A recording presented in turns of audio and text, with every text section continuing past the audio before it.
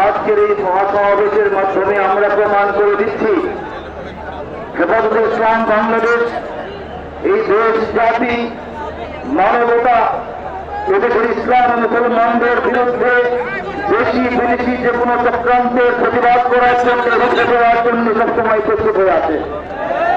হেফাজতে ইসলাম মুখে যায় নাই, বিলীন হয়ে যায় নাই, ঝড়ের মতো আছে, সব ষড়যন্ত্র তসতস করে দিয়ে আবার ঝড়ের মতো ফিরে যায়।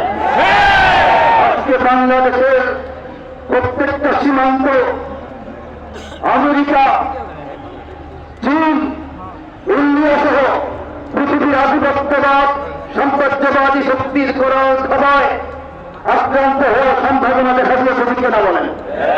হেফাজত যতদিন বাংলাদেশে আছে এদেশের স্বাধীনতা সার্বভৌমত্ব এবং ইসলামের নিরাপত্তা বিধানের জন্য জীবন কোরবান করার জন্য প্রস্তুত হয়ে আছে।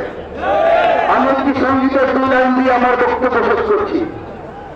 বাংলার ইতিহাসে যখনই শত্রু আসে পালাবার পথ খুঁজে পায় না। বাংলার ইতিহাসে যখনই শত্রু আসে পালাবার পথ খুঁজে পায় না। ইংরেজ বেরিয়ারা এখানে ফিরেছে, তারা পালিয়ে গিয়েছে, পাক হয় না। আমেরিকা বুঝে নিক, ইন্ডিয়া বুঝে নিক, রাশিয়াও চায় না। আমেরিকা বুঝে নিক, ইন্ডিয়া বুঝে নিক, রাশিয়াও চায় না। জমিনের এই মাটি ইমানের এই ঘাটি কিছুতেই কেড়ে নেওয়া যায় না। জমিনের এই মাটি ইমানের এই ঘাটি কিছুতেই কেড়ে নেওয়া যায় না। সাহাবায়ে কেরামের আগমন এই দেশ হাজারো বছর আগে ধন্য। অন্তর মেহনতে গড়ে ওঠা জমিন কোটি কোটি মুমিনের জন্য,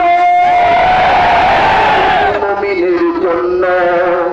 এ মাটির ভাজে ভাজে শহীদের খুন আছে, এ জমিন কখনো শুকায় না, এ জমিন কখনো শুকায় না, এ জমিন কখনো শুকায় না।